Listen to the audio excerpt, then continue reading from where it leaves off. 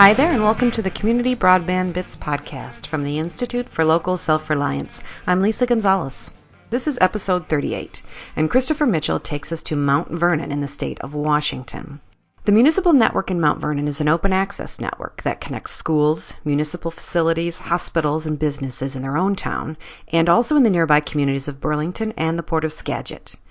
Mount Vernon does not provide the services themselves, but allows independent service providers to contract with local businesses over the city's infrastructure.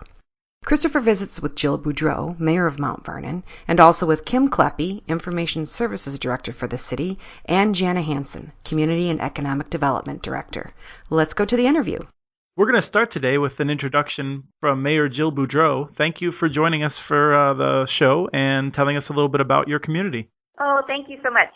The city of Mount Vernon is a really dynamic small city in northwestern Washington, and we have an amazing infrastructure with our fiber optic network, managing it for economic growth, but also the benefit for the city residents, and we're really proud of the fact that we have that.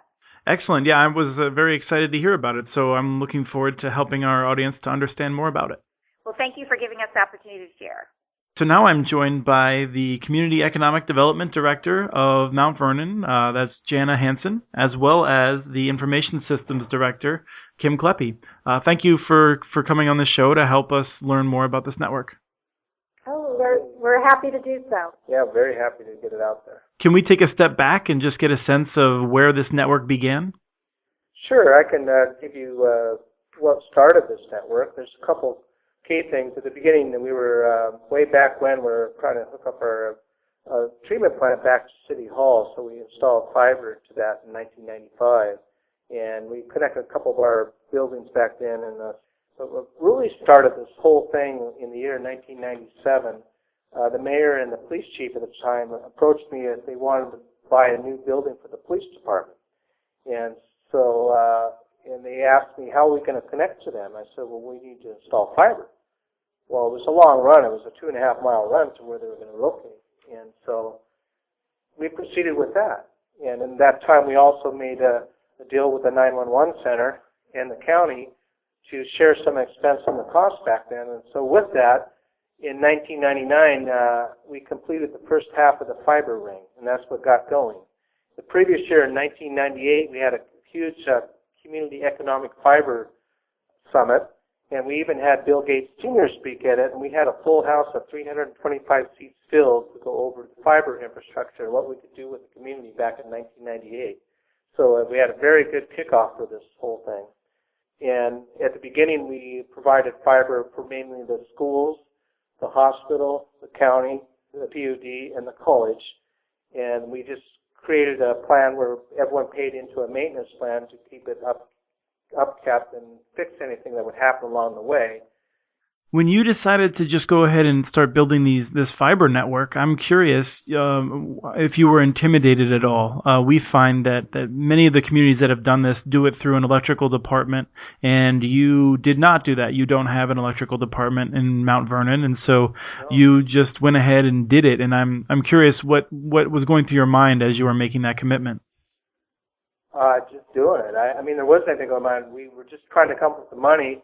The first part of the money we did the build, but we were able to finance it internally. Then we got a larger grant, what we call a PERP grant. Janet can speak better to that, to help finish the other half of the ring. Community and Economic Revitalization Board. You can submit applications for any type of economic development project to that board, and then they select those that are worthy of the award. We received that grant in the year 2000, and that's when we were going to build off for excess capacity to businesses in the community outside of the government agencies that I spoke of earlier. So with that, we brought in our first provider in the year 2001. The plan there was to help to be able to get fiber to businesses for growth. And that's the start of how this went. And since then, we now have 8 providers on the fiber. We do passive optical network, and we do a little bit of dark fiber, not a lot of it, case-by-case basis. If someone really needs inter-department, inter-business connectivity, or they want a bigger bandwidth to the big pipe outside the city. As you started making the initial investments, was that from something you budgeted in the normal process, or was there some bonding, or was the initial funding from some of the grants? We had a very unusual, as of building these agreements with the various agencies like the school district and the county and the PUD and the college, for example, we were able to build, once we built the ring, we were able to share costs from some of the installations. A lot of the same areas also went to some of our sewer pump stations, and it was close to a school, or close to a county, or by the college. We were able to hook up some of these other businesses, and they would just pay the cost of the connection to get into the fiber. So we shared a lot of costs to build it up at the beginning, and had very good government relations with that, and worked really well. So that's how it got built. Okay, so you didn't have to take on any debt. It was more the departments where it sounds like cost shifting, right? They would have been leasing those connections anyway, and with this they were able to get a far better connection at a lower price by working with you directly. Absolutely. We've taken on no debt building this. That's really incredible given the results that you've had. Yeah, it's been a good community project with everyone involved to participate. Later on in the plan, the City of Burlington and the Port of Skagit, we got another grant, Stress County .08 sales tax grant, to help deploy fiber through Burlington, extend a little bit more our demarc locations in Mount Vernon, and go all the way out to the port. We did that and built that in 2008 to expand the fiber into 2 other community areas. And that's been a tremendous success for the Port of Skagit, because they've been able to place businesses out there because of the infrastructure that we've provided. So a good economic development story there. Excellent. I want to turn into that. For the listeners who are unfamiliar, Burlington is a little bit north of Mount Vernon, and the Port of Skagit is just to the west. So you're sort of a trio of communities, it looks like, on the map. And I would guess that your economic fate is intertwined. So it sounds like you're not really competing over jobs. You're working together to make sure that there's plenty of jobs for everyone. Correct. So let's talk a little bit about the benefits. What are some of the economic development results you've seen as a result of this network? Well, the healthcare industry is one of the leading economic drivers in Mount Vernon, and we just have a great network of healthcare providers. The Skagit Valley Hospital is, of course, the major hospital in the region, and having that connection has allowed them to grow in many ways. And one of the companies that's come here because of the fiber infrastructure and also because of the healthcare industry is NF, I believe. NF, which stands for Medical Information Network for the North Sound. Right. And they rely on the fiber network to be able to do their work, and they provide all of the IT work for the different healthcare providers up and down the I-5 corridor in this northwest region. So companies like theirs and other companies we've seen come again from the Seattle area because of the fiber infrastructure that we have in place. Aerospace industry, because we're so close to Seattle and Everett, is big here as well, and a lot of the engineering firms that have come here and have established businesses, again, rely on that fiber optic network. So those are 2 main economic drivers here in the valley. And, of course, the technology, and I just mentioned MINS NF, but we had one come up from Seattle recently, Digital Legal, bringing 22 jobs with it. They were on copper down in Pioneer Square and came here because of the quality of life. But again, without that fiber infrastructure, they may not have selected us. But we're perfectly situated geographically between Vancouver, BC, and Seattle. We've got technology, banking, government, healthcare, aerospace, manufacturing, and others, but those are the main industries that support this valley. So being able to provide this infrastructure the way that the public agency can is such a benefit to us economically in allowing these industries that we want to see grow here, come here and flourish and provide the jobs. It's interesting because I know that Seattle recognizes the problem it has with Pioneer Square. And the dynamic, if I had to guess, was you have a company that's not having its needs met, it's looking around, and they may not have recognized the benefits of moving to your community if you didn't have the fiber optic network. We're always trying to have a realistic approach of how companies deal with this and make these decisions. And I'm curious to what extent the fiber network attracts new businesses. Well, I don't think we would have gotten the interest from those two companies we just mentioned if we didn't have it. It's interesting when we look at the demographics. These are people that have families or are older. It's not necessarily the people coming out of the schools that want that high action lifestyle. So it's that second, third, fourth phase of their lives, and they've moved to an area where it's affordable, where they have whatever their interests might be, if it's outdoors, just living in a nice, clean environment. That's what they're looking for, and that added bonus, or perhaps the driving factor, having that infrastructure to support their business needs, makes the decision easy. To what extent has the network helped with the schools and the hospitals? I mean, you mentioned briefly that was one of the initial focuses of connecting them. I'm curious if if you can give us a sense of what kind of connections these community anchor institutions have, and what the savings are for them. But the schools have always, and the hospital, have been a partner with us since '99. As we started interconnecting, the hospital actually got connected in 2001 on the backside of the ring, and the schools we started in '99, connecting the high school and then a couple of the smaller schools at that point. As we built the ring around, we were able to interconnect with the rest of their schools. So right now, with the 7 schools and 2 administrative offices, we have 10 sites with them connected up on the fiber, where they enjoy no monthly charges for this. They are allowed to the benefit of having the fiber at gig speeds on a ring without having to pay a monthly charge. So if they were to pay a monthly charge, they couldn't afford to do it. The dark fiber provider, just for dark fiber here, would charge $700 a month for 1 port on that. That's the comparable rate up here, and they couldn't afford to do it, the cost. And when you say 1 port, that's basically 1 site per month. 1 site. That's 1 site per month, and they could not afford that.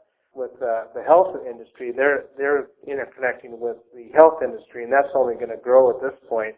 But they're going to interconnect and allow the same thing and reduce these costs, as some of these entities are already paying a large sum a month, to help to reduce their costs so they can better use that money for other things. And with the city, I estimated back in about 2002, 2003, with all our interconnecting with all our facilities we have, we save over $100,000 a year just having the fiber, not paying those costs. And when we hooked up, for facts, when I hooked up Burlington on fiber in 2000, finished in 2005 for those facilities, we actually took $52,400 off the books they were spending a year. Wow. Centralizing the voice and data. And that doesn't give the benefit of not only taking that off, but giving them a gig network around to all the facilities in Burlington. So there is a huge cost savings. I could never quantify in Mount Vernon, but I know it's in excess of $100,000 we save here that we don't take because we own our own infrastructure. And that allows us to use some of that savings to do other things, and plus allow free networking for the government agencies, and still with support of a maintenance contract where we set up an advisory group, so if we ever need to replenish that, everyone's on board with that in the original agreements. So what happens right now?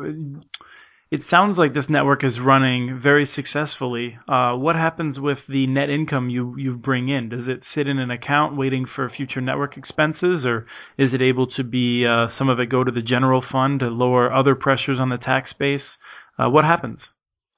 Well, right now, the funding we bring in there, most of it goes back into fiber funding. We've built up a capital reserve with this funding. Right now, we don't have a lot of, right in our capital reserve, but we don't spend it. We have about $100,000 in reserve that we just sitting there right now from the fiber fund. Can we allocate some of this out to the general fund? At some point, yes. We are seeing in the last 2 years since the new mayor came on, trend for getting on fibers gone way up. We're suddenly getting a lot more businesses and entities getting on fiber. So that's going to go up, and we'll probably see at some point being able to allocate a lot more back to the general fund as a very profitable venture here. We have not, like I said, been in the red ever since day one. The plan we did was kind of a baby step plan where we brought the infrastructure in. We did a lot of the basic setup, even with the PON equipment with a grant, where it allowed us to provide services without any being in the red at all. And if we deploy fiber with the monies we received, we were able to keep outreaching to different places and spider webbing it out. And so it's gone very well from that point of view. And it allows us to be nimble. So if we have a business that's working at a site that we haven't extended fiber to yet, we've got the ability to do that. And, that's such a difference between the public and the private in that we're responding to those economic needs, and we can do it quickly.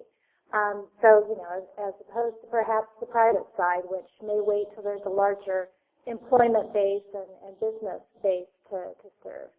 So we're ready to do that. This is exactly what I wanted to ask you, is if you could walk me through, let's just say that I have a business that I want to locate in the area and you haven't built out to the area that I am.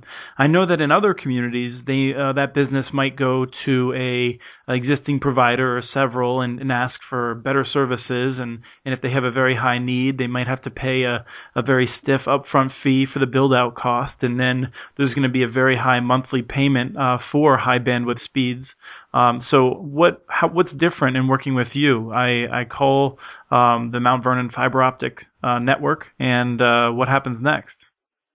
Well, what happens typically for me, I get a location or an address, and I take a look at the location address where the fiber is. Now, since we've been able to deploy fiber in business areas almost everywhere in the city, we don't have an issue. The biggest issue what I have is on a business where there's not a clear path entry to a building, and we did an ordinance back in 1996 to make sure we got conduit in the ground and when construction was going on. So we had developers put it in a lot of locations to help offset some of those costs. And that's probably my largest cost to get in the facility is the clear path entry into a building. So we look at the cost, and then we look at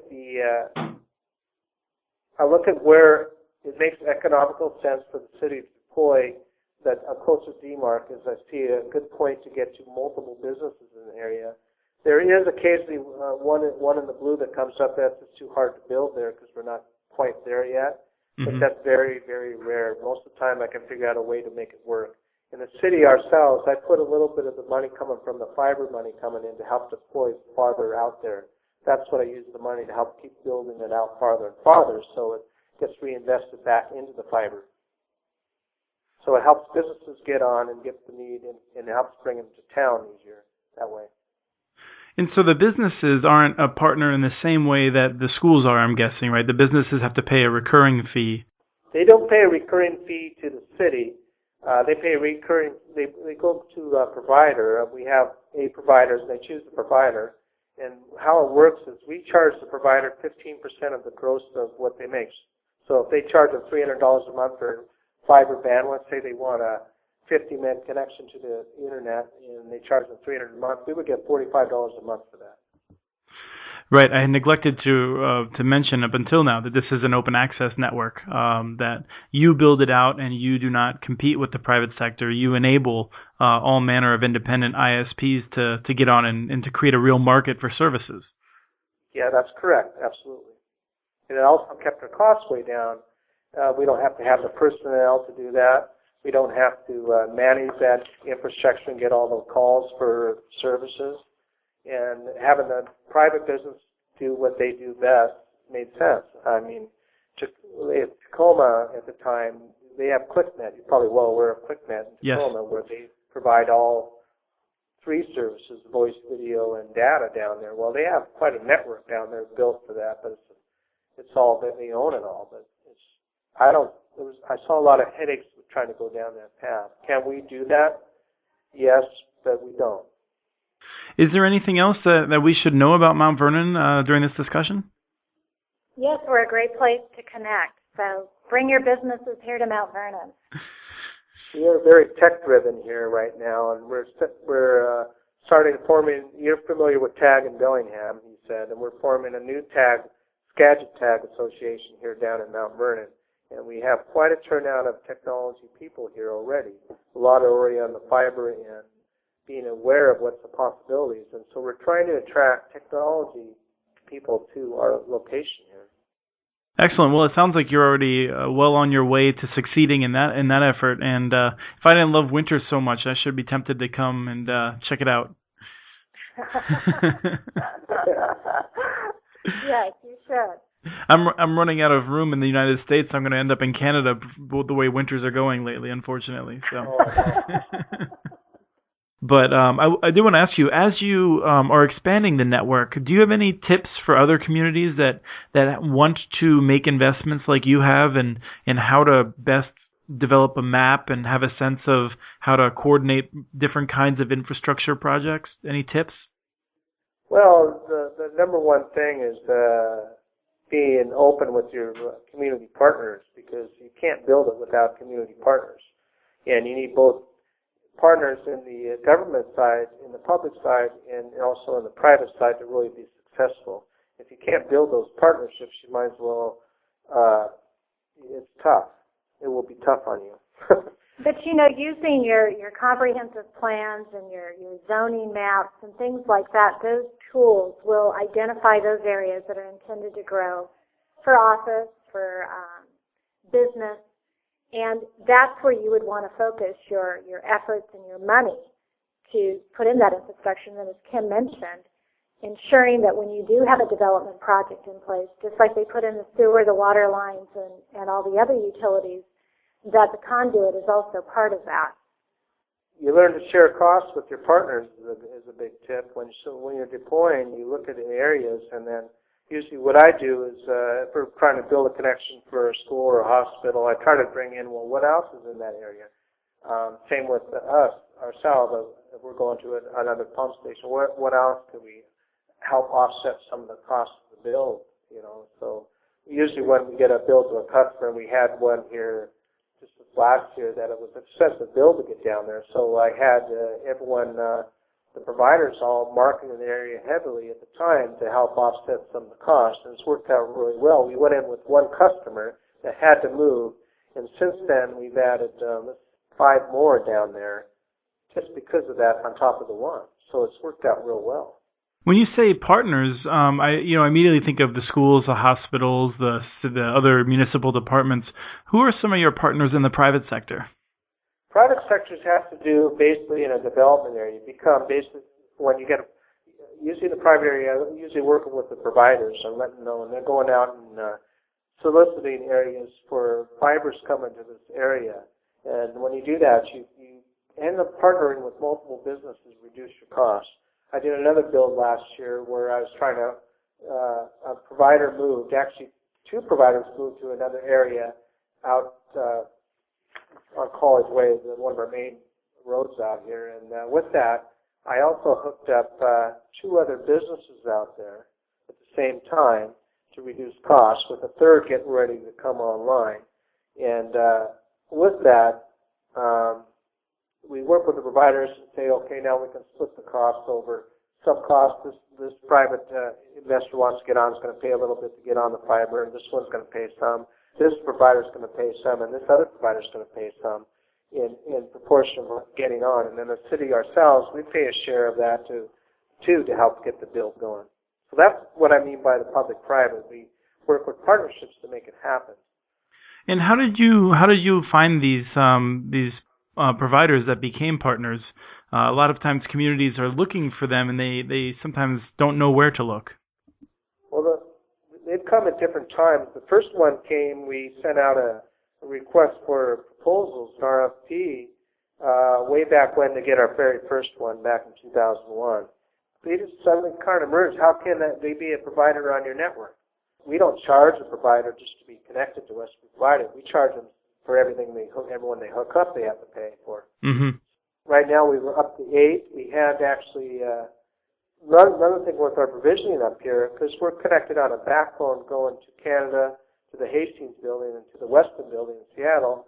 we can get any provider we want riding up here, really, with that, because we're on big pipes going to both end places where everyone sits. Right. I think you have the benefit of having a lot of other open access networks around you, which is something that other communities might want to think about, which is if you're 700 miles away from the most nearby open access network, it might be good to work with some other local communities to try and attract multiple providers. Funny you should say that. We're actually, with our backbone, we're on multiple rings in the state. So anyone can put their stuff anywhere. They don't have to be sitting here and working. We don't go down. You can't go down now because there's so much writing on it. Terrific. Well, thank you so much for both of you coming on and helping us to learn more about the community. I hope that it puts you on the map for some of our listeners. Well, thank you, Chris. Okay, great. Thank you. Thank you. That was Christopher with Mayor Jill Boudreau, Kim Kleppe, and Jana Anderson talking about the Open Access Network in Mount Vernon, Washington. If you visit the city's website at mountVernonWA.gov, you can learn more about their fiber optics from the City Services menu. We want your questions or comments. Email us at podcast@muninetworks.org. Follow us on Twitter to learn all about the most recent developments relating to community networks, broadband policy, and telecommunications. Our handle is @CommunityNets. This show was released on March 19th, 2013. Thanks again to D. Charles Spear and the Helix for their song Freddie's Lapels, licensed using Creative Commons. Have a great day, and thanks for listening. We always knew the ones that fall, was at the end of the sun. We always knew the ones that fall, and it's hard to done.